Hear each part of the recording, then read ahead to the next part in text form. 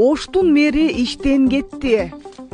Жеңишбек Токторбаев бул кызматка 1 жыл мурда келген болчу. Оштун экс-мэри мурдагы УКМК башчысы Камшыбек Ташиевдин кадр экенин айткан жайы бар.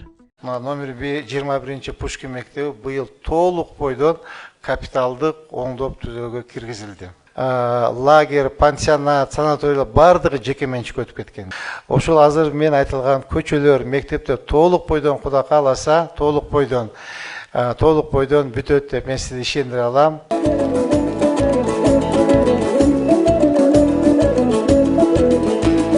Ушул 2025 жылы ушул аймакта эмне иштер болду?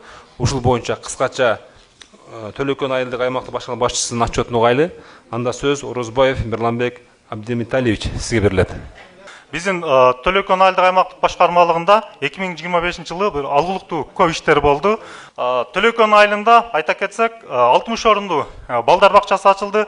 Ошондой эле Кыргызстан айылында Курбанбаев атындагы орто мектеп дагы ачылып, заманбап бүт шарттар менен окуучуларыбызга ачылды. Озур айылында, билесиздер, Озур айылында мектеп авариялык абалда болчу эле, ошол Озур айылында 3 кабаттуу заманбап бүт шарттары менен, ыңгайлуу шарттары менен ушул окуучуларыбыз үчүн мектеп ачылды. Билесиздер, Бодурташ айылында 5 кабаттуу санатория бар болчу. Ошол Жеңишбек Шермович барып, ошол жерде 77 миллион сомдук ошол сметалык база. Бүгүнкү күндө иштер жүрүп атат. Эгер бүтүп калса, муниципалдык биринчи жолу ушундай санатория курулмак. Бул элдерге, балдарыбызга шарттар түзүлмөк. Ошол Озур айылында дагы балдар бакчасы жок, ушул балдар бакчалуу болуп жакшы болмок. Ошо ички көчөлөр дагы асфальт төшөлдү. Коңур жаз каналында 250 метр атайын техникалар менен каналдар арыктап тазаланды. Азыр эми кириш сөздү жана ушул 2026 жылы эмне жумуштар жасалып айтып отурушун? Ош шаарынын мэри Токторбаев Жеңишбек Шермовичке беребиз. Төлөкөндө аталып калган, бирок бул сиздер ушул жерде турган айым. Улумумарга жардам бериңиздер. Балдарыңыздар уурубасын. Дуаңыздар кабыл болсун.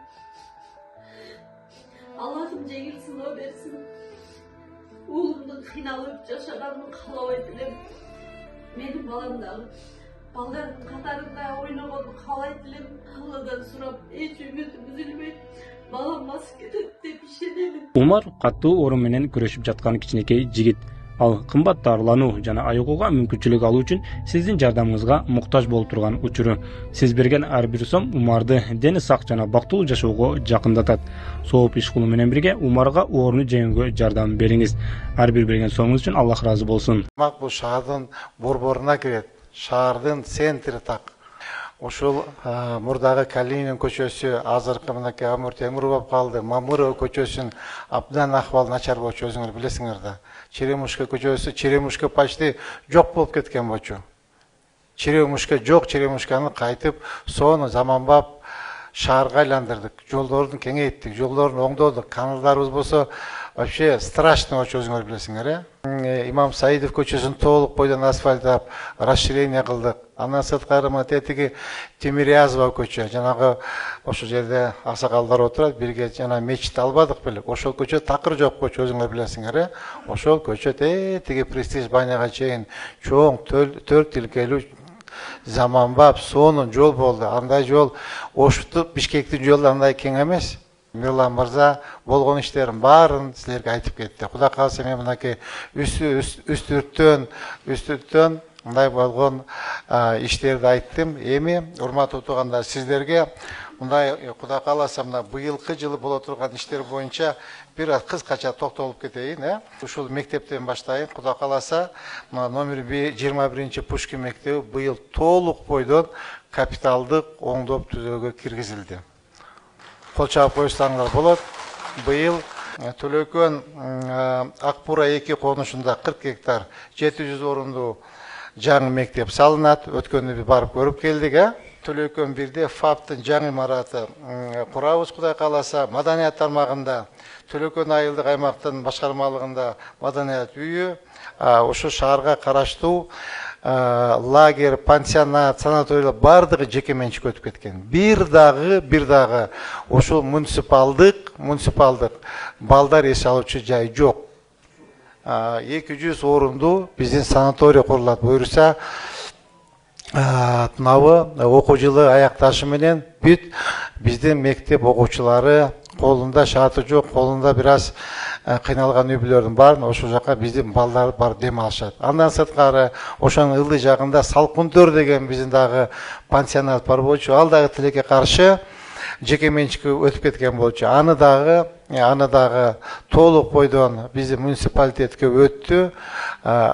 Буйруса май айынын этегине чейин ал жерди дагы толук бойдон оңдоп түзөп биздин балдардын мынабы дем алыш күндөрүнө майдан 3 айда июнь, июль, август 3 айында толук бойдон биздин балдар дем ала турган шарт түзөбүз. Быйыл Кудай кааласа 100 километрге жакын жолдорду салсак деп пландаштырып турабыз. Жалпы 16 километр, почти 17 километр асфальт төшөө быйылкы жылга каралды. Урматтуу шаардыктар, эми силерде жалпы былтыр 2025 жылы сиздердин аймакка 1 миллиард 400 миллион сомдук каражат сарпталды. Сиздерге сөз берип асфальт төшөлөт деген көчөлөрдүн 100% барын аткардым. 100%. Ошол азыр мен айтылган көчөлөр, мектептер толук бойдон Кудай кааласа, толук бойдон бүтөт деп мен сизди ишендире алам. Азыр сунуш өтөт. Биз шаарга кошулгандан бери биздин аймакка мынчалык иш болгон меселе спрос жок эле бата берип бүтүрүп коелу деп атат. Азыр мына собраниядан кийин мен сиздин ишин алып бердим. Ушуну биз менен барып эле көрүп бересиз, накалды эле айтып коюң. Ошонун сайыбыз дагы эле чукул айылдардын чукул болгон бизге келсе баары жууп кетет да. Аппаратыбыздын баары байланып атып алган. Адам менен субайга жүрө албайт. Мына биздин Айдар клиникабыздын жанында 3 этажды зданиябыз бар эле. Ушуну бизге поликлиника алып берсеңиз, элдерге жетиштүү жакшы кылып кошулат эле да. Бир дагы сооружение курганга мүмкүн эмес экен. Бул санитардык нормалардын эрежелерине туура келбейт экен. Ошондуктан ал жерге бир гана бак болот экен, поликлиника курганда болбойт экен. Поликлиника маселесин биз башка жерге карап атабыз бүгүнкү күндө. Ош шаарына эмес, Ош немесине алтын куш колду. Ушуну баптап алайлы. Ушуну кылган иштердин баардык астыга жылдып, кош каласына бирге жүргөндөргө силерге да рахмат алсындар. Көбөк менен келгениңизде биздин айыл өзү айтмакчы Бангладеш болуп калды. Азыр күндө мөбөзөш базары пробка. Ылай, башка газдарыбыз турбалар алынган 1 жылдан бери жатат жерсинде. Ошо газдарды бюджеттен карап берсеңиз. Быйыл Кудай кааласа, мына былтыр 3 көпүрө салып бердим. Бир жакка акылетип 5 эмени жол кылып бердим. Берги Жолом Мамытов атында парк жасап бердим. Бар ошо тиркеп дем аласыңарбы ошо жерде? Берги жанагы чоң жол жасап бердик. Иш жакшы эле болду. Эми наркы 40 гектар жердин жегене туура абдан жолу жаман аяр. Абдан. Кудай кааласа быйыл аракет кылабыз. Жана мектепти ошол жерде бир 5 көчөнү аракет кылабыз. Мен өзүм барып жеринен көрөм. Качан болбой туруп алам, макулбу? Ал базарда вопрос чечип койсоңуз биздики. Улай баттак пробка, уруш, жанжал. Былтыр көкүнбей жапканда биз ошо жолду пайдаланганбыз. Силердин жолу бар. Ошондо биз сөз бергенбиз, быйыл жылда киргизилген жол. Бирванда жол бар? Бирванда. Кыска жол түштү да. Алардан кеткен 2 лоток биздин көчөгө бурулуп калгандары ансыз деле жаан чачында селдин астында калат экен. Калмакат Туташев көчөсү. Ошол мектептин месасына алып берип туруп, мектеп салып берсең. Гуманитарлык мектебине аз барсаңыз 6 класс бар, же 7 бар. Ар биринде 30-35 окуучу окуйт, 1-класс. Ойдон ким билим алат? Кошумча имараттарды куруу, аларды капиталдык ремонттон өткөрүү быйылкы иш планга киргизилген.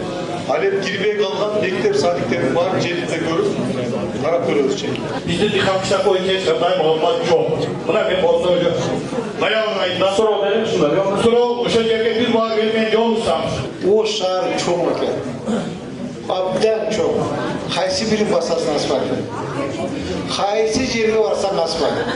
50 жылдан бери асфальт төшөлүп Акырын аракет кылдык. Кудай кааласа былтыр 100 километр асфальт басты. Жобалак боюнча канализация долбоор былтыр башталган. Быйыл азыр 2 этап менен башталган. 2-нчи этабын долбоорлор бүтүп калды, алда ошо жумушу жүрүп жатат. Быйыл аяктап ишке киргизебиз. негізінде ушул транспорт маселеси. 9-чу линияны азыр ушу жеринен узатып берди, эки жактан өтөт, барып тактап узатканы сүйлөшүп узатканы аракет кылабыз. Барып көрүлө жерине. Ошону көбөйткүлө. Силер жооп берет. Негизинен азыр бериңиз айтты, жерине Акбура 134кө и Кыргызстан Бирлешкен айылдарына барабыз. Андан соң дагы келиңиздер, аксакалдар бата бериңиздер. Бардыңар ден соңуңар берсин. Ушундай ынтымакта бири-бирибизди урматтап, бири-бирибизди сыйлап, жакшы иштеп жүрөлү. Аллаху акбар. Жогору барыңыздарга. Аратаңыздар.